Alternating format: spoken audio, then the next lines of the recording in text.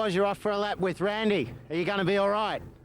Well, you know, the executive producer keeps asking me to do these silly things, and for some reason or other, I keep saying yes. But as Clint Eastwood says, a man's got to know his limitations, and courtesy of this bloke, I think I'm about to find mine. Good luck. It should be fun.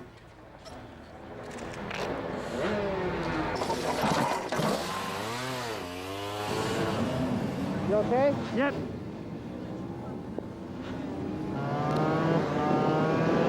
Away we go.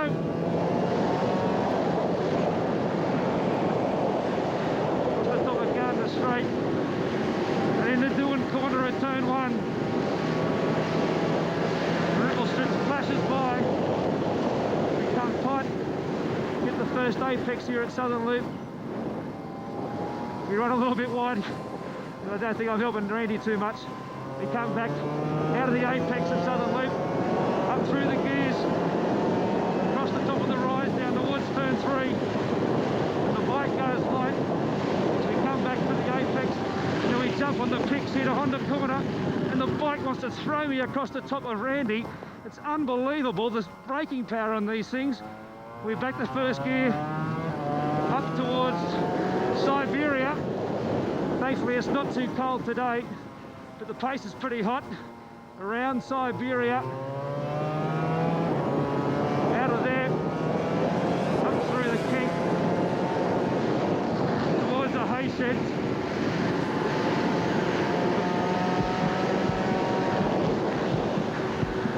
Up past the hay shed, up towards the top of Lukey Heights.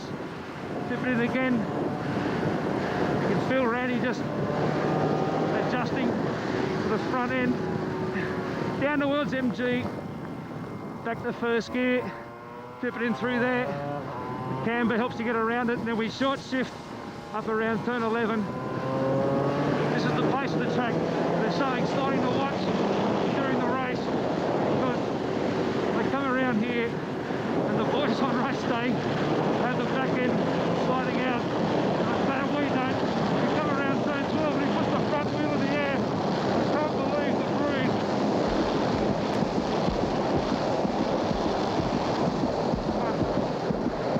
I had to stop talking for a second because the breeze just wanted to tear me off the back of the bike. And I was just hanging on as we go around Southern Loop again. I'm sure my heart rate's going through the roof. Up there to Southern Loop again. I can only imagine what this is like in the last couple of laps of a race. With it all on the line and a Grand Prix victory up for grabs. And these blokes come down through here as I just headbutt Randy in the back of the helmet. I'm sorry, mate. That's okay, buddy. I gotcha. And let me tell you, I'm not joking when I say as we got into Honda corner there, I had to fight for all my might to stop this, the braking power of this thing throwing me over the front of Randy. I was hanging on like you would not believe. The ripple strip through turn 7 just flashes by, it's almost a blur.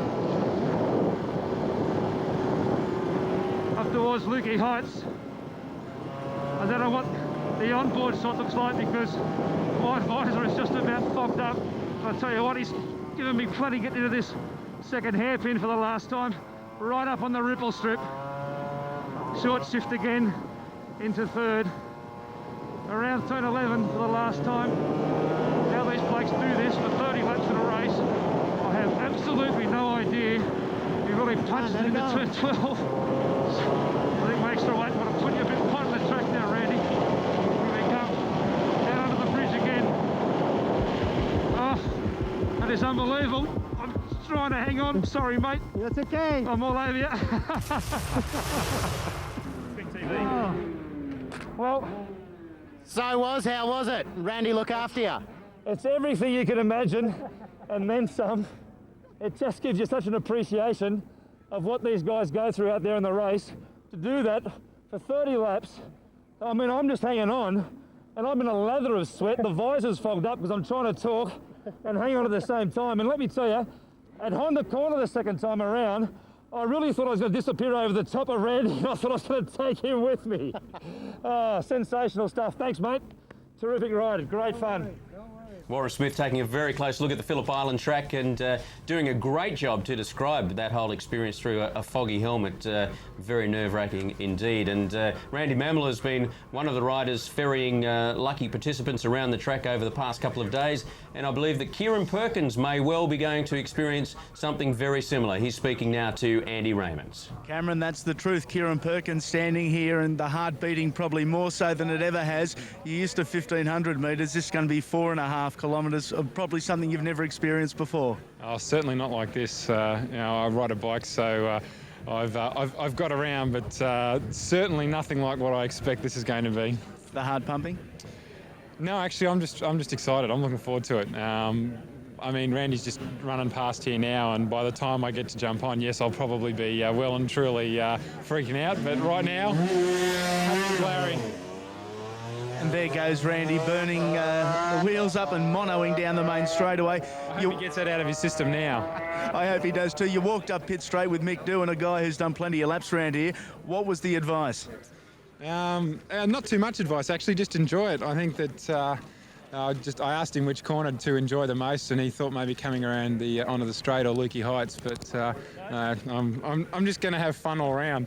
I'll see if I can get my hand off and do a thumbs up on the straight down here. Don't like my chances because I'll probably fly off the back, but I'll give it a go anyway. My only advice is hold on tight. Oh, I'll certainly be doing that. Have a good one, mate. Thanks. Well, Wayne, Randy Mamola, of course, has been earning whatever they're paying him because it's not the most comfortable experience for the rider, because to have someone as big as Kieren Perkins or Warren Smith bashing his helmet into you at every braking point is uncomfortable for a start. But although they do have a brace the pillion has got a brace to keep some of the weight off the rider, it's still pretty heavy on his wrists. Well, I think Wazza explained it. It gives you some appreciation of the physical strength and fitness of these riders these days. And, you know, to sit and ride just 1 or 2 laps is very difficult. But to try and do a whole race of 20 or 30 laps or so around here, that's why fitness is very important in this sport. But, you know, these things are hard to hang on to. They are good fun. And, you know, I thought Wazza and even Kieren, I think they're brave men, because there's no way I would get on the back of Randy. I raced him plenty and looked at him a few times, you know, over my shoulder, but certainly wouldn't want to get on the back of him. Well, we know that Kieren Perkins has got phenomenal courage. A dual gold medalist at the Olympics over the 1,500 metres, and the way that he came back from the dead to win in Atlanta in particular was a moment that set him in Australian hearts and folklore for forever. As far as swimming is concerned, of course, a silver at the Sydney Games, and there must be something in the endurance swimmer's blood, because Grant Hackett also is very much a rev head. Well, Kieren's a good friend of mine, and as I said, he's got plenty of heart. We all know that by his performances in the Olympics, and he does love a motorcycle. So, but as I said, I wouldn't get on the back of him. He's got more heart than me as far as this goes. But yeah, it's great. I mean, it's good to see him out there, and he's been in an F1 car in that dual seater, so now he's going on a Grand Prix bike. So I think you'll probably get more of an appreciation, obviously, of the speed and the acceleration of these bikes, and particularly the braking. I think that's what really impressed Wazza. I hope we're not about to lose one of our historic treasures here, one of our sporting legends. Swimming champions, yeah. He's certainly got a resting heartbeat when he's in competition of about 42, so we don't have a heart monitor on him, I guess, but it'd be nice to see what it's pumping at it about now. Well, you can put a heart monitor on me, because I think my heart's going faster than probably his at the moment. He's a very cool and collected guy. But look, he's passionate about motorcycles, and that's where our friendship has started. And you know, he's got a Honda down here at the moment, and he's just having a great time. And the guy's an outstanding legend, really, in my eyes. I mean, he's my hero, Kieren. It's good to see him out there. With the extra drag and weight, I'm guessing Kieren weighs about 85 kilos at this point of his career. That's about right, yeah. What would that do to slow the performance of this bike?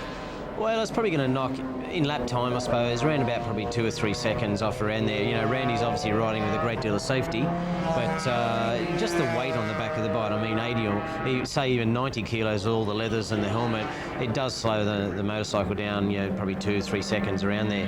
But Randy's also not going to go out there and break his neck and also break Kieren's neck. So there's a great deal of safety built into this. It's a lot of fun. It's obviously good TV and it gives guys a chance, but he's obviously got to be careful. All right, well, it was at this track this time 2 years ago that we had the great pleasure of watching Mick Doohan win an Australian Grand Prix, and he is now speaking with Andy Raines. He mightn't have the helmet or the bike at the moment, but there's still plenty to do for Mick Doohan. He's just signed about 1,000 autographs in the last 10 minutes, and you're a late call up for Team Perkins. What advice did you give Kieren on the way up? No, just to fire him up a little bit and told him that Randy's only lost one so far. So basically just see how nervous he got. No, he's handling it quite well. Here he comes now. He did get a hand off, or tried to, but... Of all people, letting him ride with Randy Mamola.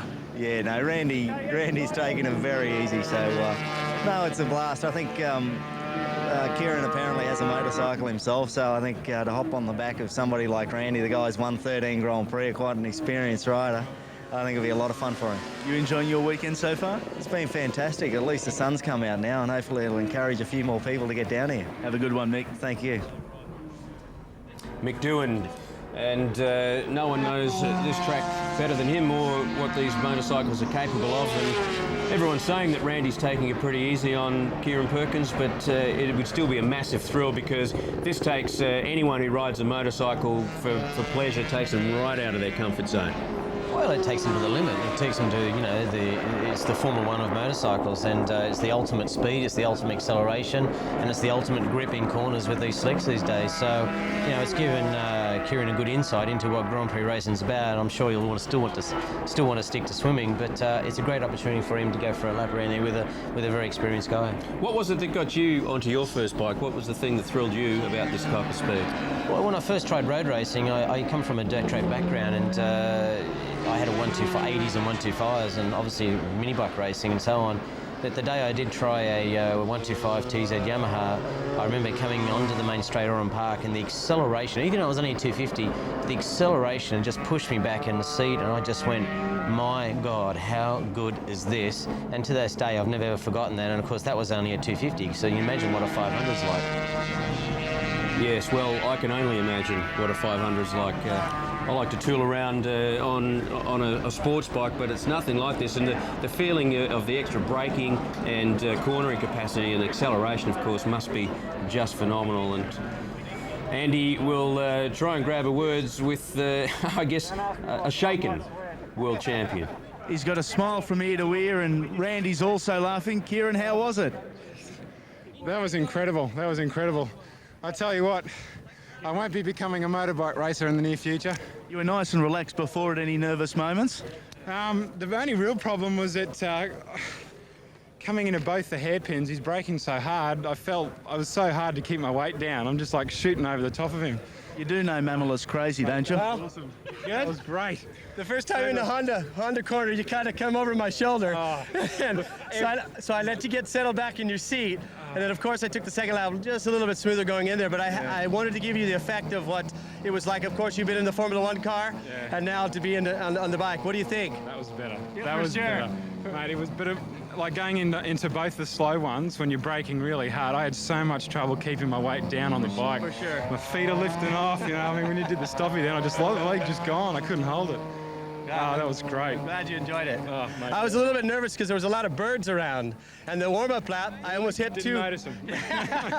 But listen, for such a big guy and weight-wise and so on and so forth, you were a great passenger. Really easy to ride. Oh, mate, that was fabulous. That was great. I loved it. Good. Randy, was there any screams halfway through?